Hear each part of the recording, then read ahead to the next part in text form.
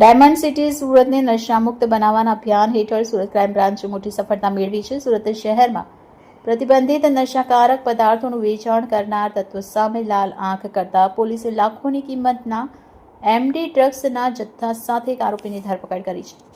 Surat crime branch દ્વારા કરવામાં આવેલી આ કાર્યવાહીમાં કુલ 25.310 ગ્રામ એમડી ડ્રગ્સ જપ્ત કરવામાં આવ્યું છે. આંતરરાષ્ટ્રીય બજારમાં આ ડ્રગ્સની અંદાજિત કિંમત ₹7.50 લાખ જેટલી થાય છે. પોલીસને મળેલ ચોક્કસ બાતમીના આધારે વોચ ગોઠવી આ શખ્સને દબોચી લેવામાં આવ્યો હતો.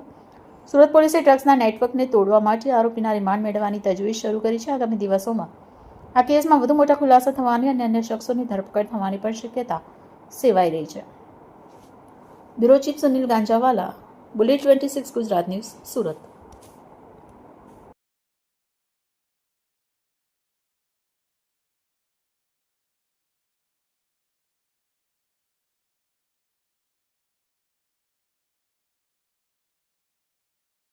જો ડ્રગ્સ ઇન સુરત સિટી અંતર્ગત સુરત પોલીસ દ્વારા અને સુરત ક્રાઇમ બ્રાન્ચ અને એસઓજી દ્વારા સતત ડ્રગ માફિયા વિરુદ્ધ કાર્યવાહી કરવામાં આવી છે.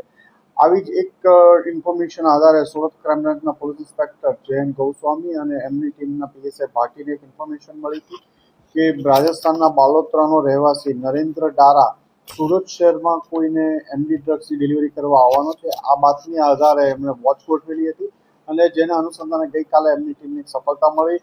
નરેન્દ્ર ડારાને રેલવે સ્ટેશન પાસેથી જે બાતમી આધારે ઓળખી અને અટકાવવામાં આવ્યો હતો. એની પાસેથી 250 ગ્રામથી વધુ સારી ક્વોલિટીનું એમડી ડ્રગ્સ મળી આવ્યું છે, જેની કિંમત અંદાજિત ₹7.5 લાખ વધુની થાય છે અને એ સુરત શહેરમાં કોઈને ડિલિવર કરવા માટે આવ્યો હતો. એની પૂછપરછ દરમિયાન એ અગાઉ પણ ડ્રગ્સના કેસમાં પકડાઈ ચૂક્યો હતો. 45 ગ્રામ ડ્રગ્સ સાથે રાજસ્થાનમાં પકડાયેલો હતો. તાજેતરમાં જ એની બેલ થયેલી હતી. ડ્રગ્સના ધંધા સાથે સંકળાયેલો છે અને સુરતમાં કોઈને ડ્રગ્સ આપવા માટે આવ્યો હતો. આ બાતમી આધારે સુરત ક્રાઇમ બ્રાન્ચની ટીમે એની ધરપકડ કરી છે અને વધુ તપાસ ચાલી રહી છે.